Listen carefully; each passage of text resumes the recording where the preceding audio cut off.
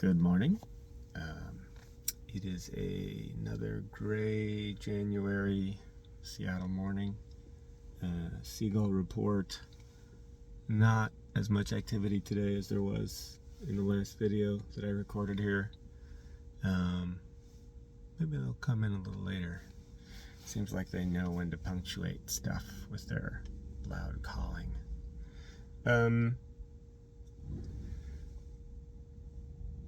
I just wanted to say thank you to the people who replied to the last video that I posted. I think it's easy for me to forget that the important things are as much about the journey as the destination, and there were a lot of people in the comments reminding me of the importance of the journey and of the importance of the friends we made along the way. Thank you very much for some really, really kind words. Definitely a few people still feeling unhappy about the way things have shaken out. Some assumptions being made maybe about the level of control I had over things like pricing and timing and communications.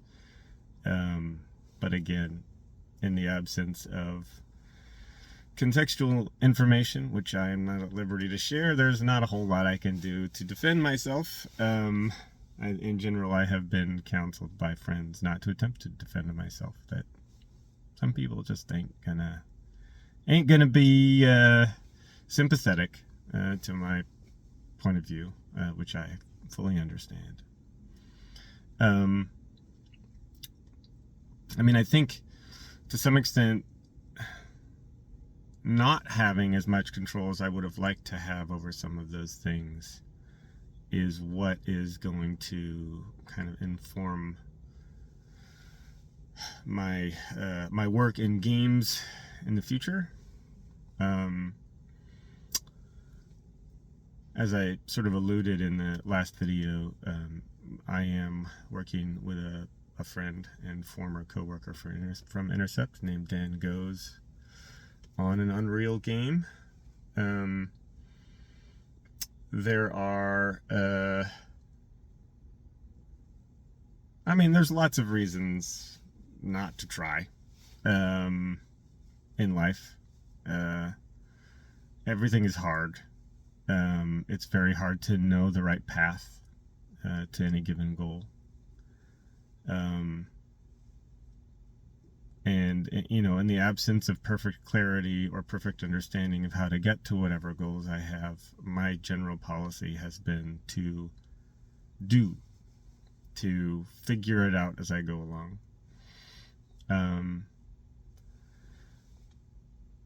And so that's what I've been doing for the last few months. I've just been trying to make a game and not knowing how to make a game in Unreal, not knowing how to do the things that I've been doing, but doing it anyway and learning as I go. And with full understanding of very low chance of success, obviously much lower stakes in this case because it is just me and Dan. Worst case scenario, we learn a few things. I am having a lot of fun working on it. I think perhaps to some extent the sense of there being low stakes, the sense of it being a slightly more experimental undertaking has allowed it to be fun, has left some elbow room in it to be a little more improvisational and iterative, and just constantly checking in on the game as we are making it and asking ourselves if it's fun, and then pivoting if we can think of ways to make it more fun. I have really enjoyed the process. Still don't really know what to do with it. I could imagine the headline, Nate Simpson releases another game on early access, is not one that's likely to be met with enthusiasm. But I do like the idea of making something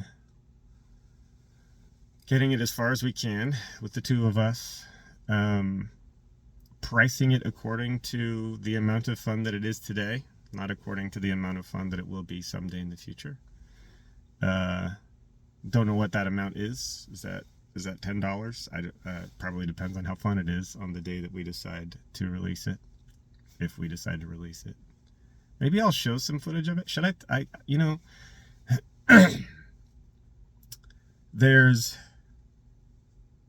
boy, we're gonna get into some therapy here.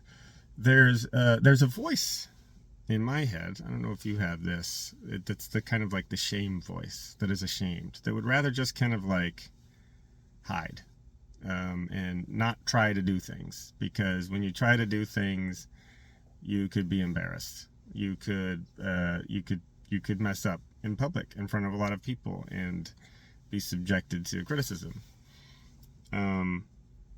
And I often have to find ways to take away the oxygen from the shame voice in my head, because really, if I listened to that voice, and there are other voices out on the internet that I think echo what the shame voice says. If I were to listen to those voices, I would never do anything. I would hide under my bed. So I'm trying to listen to the other voice, which is the voice of yes. In many ways, Dan, my co-partner in making this new game, is the voice of yes. He is just a font of energy and enthusiasm, and I love that about him. So I'm trying to just be powered by Dan's voice of yes. The game we're making is called Maelstrom, M-A-I-L, Strum, and it's about being a letter carrier for the Pan-Galactic Postal Service. It is a 4-player co-op game, maybe a little bit inspired by games like Deep Rock Galactic or Lethal Company, in which you ride with your friends in a dropship into a future city that has been overrun by Lovecraftian horrors that are spilling into our dimension from a neighboring dimension. So everything's on lockdown, because there are these plasm events, is what they're called, in which all these monsters run amok in the cities. But because you're an essential worker, you still have to deliver mail. So you fight monsters and deliver mail and look for outgoing mail, bring as much of it back to your truck as you can, and then get out of there within a time limit. It's real goofy fun. It's pretty thinly veiled satire. It turns out that the reason for these rifts is that faster than light travel, basically, necessary to ship avocados from Wolf 359 or whatever, is causing these rifts, and all we would need to do is stop doing the FTL and everything would go back to normal, but it's the cost of, doing business. So, social commentary.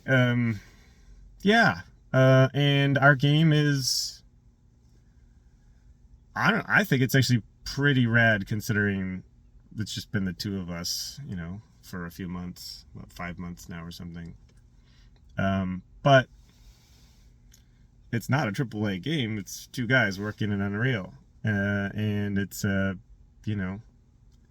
do you do with that? Do you sign with a publisher and give away, your ability to make key decisions about how the game is marketed, or how it's made, or what your priorities are? What are your options if you want to just put out a game? GarageBand ethos, like you and your buddy have made something that you think is fun. What do you do? My gut tells me if you put it on Steam and it's fun enough that people are feeling like they get the proper value for the money that they spend on it on the day that they buy it, and that's of course based on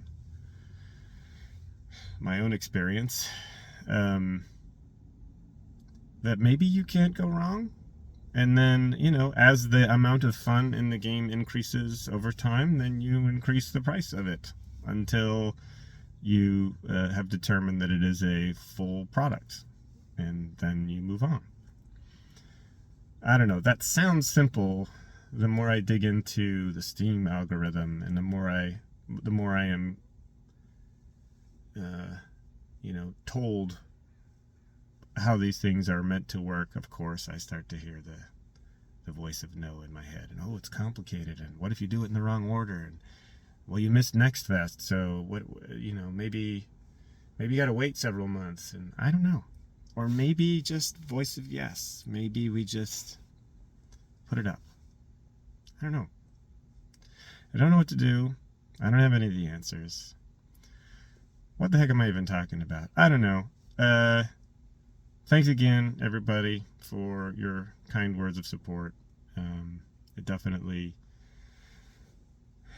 was nice to be reminded that there are many kindred spirits out there who are sympathetic to the challenges of trying to make something. Welcome to 2025. Maybe the next video I post will be a video about Maelstrom. We'll see. I'd love to introduce you to Dan, too. That would be cool. All right.